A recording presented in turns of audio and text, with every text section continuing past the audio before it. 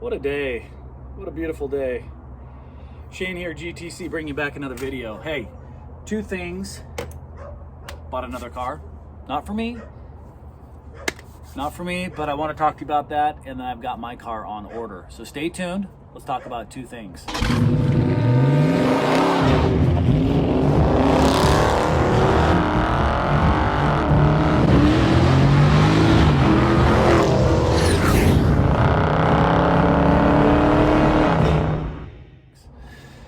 All right, welcome back, guys. GTC, Shane here. So as you know, sold my Charger, and this last weekend we went shopping for my 16-and-a-half-year-old daughter that has her license and is eager to drive, and she's been driving one of our other cars, and so we went shopping. Super interesting experience, and I want to talk about it.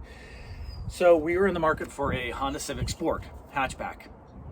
And no surprise, those are in limited supply and come with some dealer markups and some other things. But so we called around numerous 4 or 5 different dealers. Finally found a dealer about an hour and a half away that had one in stock, white, black wheels, had tinted windows, had some dealer upgrades on there. And then they had 3 of the sedans. And I have to tell you, I will do a review on the Civic because it is an impressive car, and we were super stoked to get it. It's probably one of my favorite cars that I've been in recently in that subcompact sedan market. So anyways, so we call and we put a hold on this. So we get there, and it's beautiful. We'll show you some pictures. Gorgeous car, absolutely love it. Fell in love with it right away. Took it for a drive for 30 minutes. The lot was, of course, just completely bare bones. There had a couple others, Civic sedans, but those were looking like they were selling as well. So a super busy dealership, and so I'm driving in it. I see MSRP on it, and then there's a sticker, of course, the sideways sticker on the front, and it has a bunch of dealer markups on it. And the dealer markups were and I want to talk about this because it's no longer just market adjustment. What they're doing is they're throwing a bunch of dealer add-ons. They used to do like things like splash guards and floor mats and paint protection or something like that, and your stupid low jack. So this particular car had $9,000 in dealer add-ons. Everybody be cool, this is a robbery! It had limited PPF, but it had PPF across the front, door handles, bumper, down the side of the doors. Cool feature. I actually think that's really cool, but $2,000 for this. Then they had it, this new ceramic coating, and I forget the name of it, but it's Jay Leno's product. And a lot of the Honda dealers are using this cool stuff. They ceramic coat it, and it protects your paint forever. Super awesome product, but is it worth $2,000? So there's $4,000. Windows tinted, they charged like $1,200. They had the splash guards, the floor mats, the low jack, $9,000 above MSRP. A guy don't walk on the lot lest he wants to buy. They're sitting out there waiting to give you their money. Are you gonna take it? Are you man enough to take it? So we drove it, we liked it, and we start this 4-hour friggin' process of negotiating, which basically we got about $4,000 off of that dealer.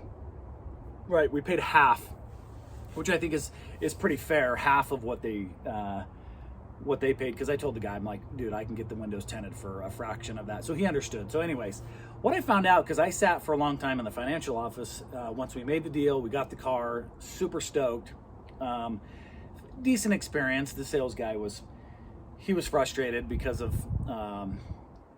some of the negotiation skills. I was getting frustrated with him, and it's not my first time at a dealer, right? So anyway, so I sat with the financial guy, and here's what I think is changing in the market, because I'm fascinated by this, and I know you guys are probably sick of hearing about empty lots.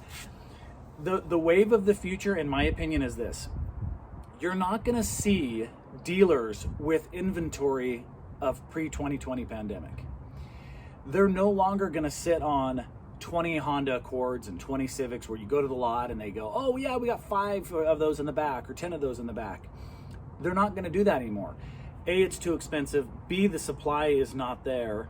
And C, the price of the cars is going up. So I think the way of the future is you're going to get allocations, or you're going to build the car and they're going to be pre-sold like they are right now. So most cars they'll get allocations for, and you can call up and they'll go, yeah, I've got 5 allocations for this car, and they pre-sell them. That is the way of the future, because now they don't have the overhead, the insurance. They don't have to pay a guy to wash the car every day and move them around every day.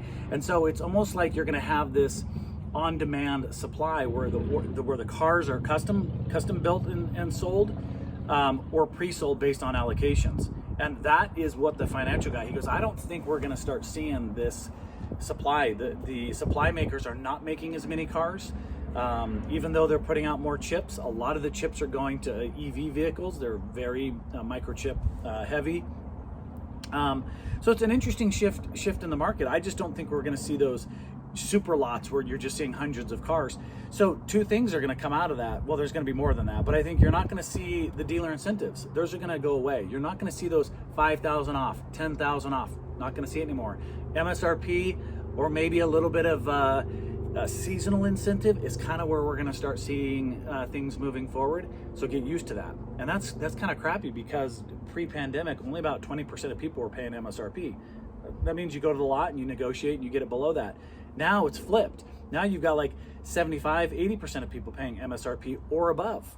Now I'm not a big believer in doing the whole dealer market adjustment and paying 10 grand over. I'm not going to do that. And I would encourage all of you to stay away from dealers that are marking it up or pay minimal.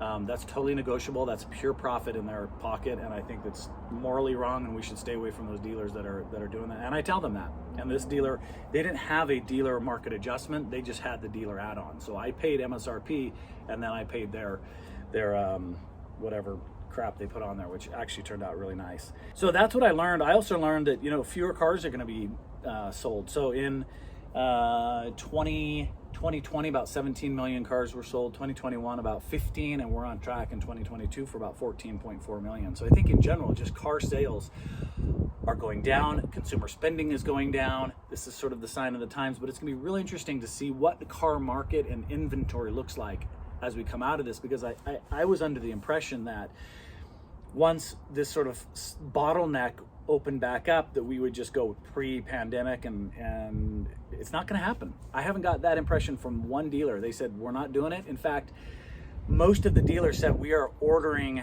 30% less cars or 25% less cars. We're not having overstock like we used to. They're closing their back lots, and all the inventory is right out front, and they'll sell it, and they'll just keep selling things, and that way they just don't have a lot of overhead. So I think that's going to be really interesting. Tell me your thoughts on that. Second part of this is I do have a car on order, and it has not been picked up yet with the VIN number because they're backlogged, and I'm going to give you why I chose this. So I chose a 2023 Kia Stinger GT2. Super cool car. I have it on order. I've been told that it could be 4 to 6 months. There's only 6 new ones in California right at this time. I'm not paying a dealer markup. I will pay MSRP. Now, this is not a for sure. This doesn't mean that I'm going to get this 100%, but my wife knows. She knows that I've got it on order, and I'm working with a dealer in Northern California, and she's keeping me appraised every week. As soon as that car gets picked up and I get a VIN number, I'll update you guys. But that's what I've got. It's a ceramic silver GT2, because in 2023 they got rid of the GT1. Which a lot of people were upset with, because the GT1 gave people that price option where they could get into the 3.3 turbo and get an all-wheel drive for $46,000. And the GT2 is a $7,000 step up. It gives you a lot of cool features, but a lot of people said that's not really worth it. You get all the performance in the GT1 without having to pay that huge price tag on the GT2. So far, that's what I got. We'll see what the market shows. I'm not really interested in paying a ton of money right now. I'm trying to lower my expenses. But that is the update for you guys. Still driving the Caddy. I know you guys have really enjoyed the Caddy.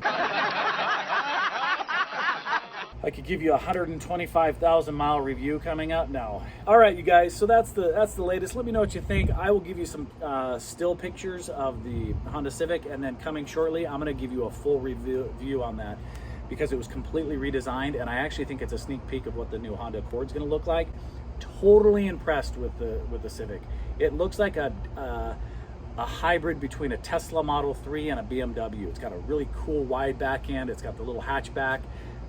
It is a stellar car. I was totally impressed.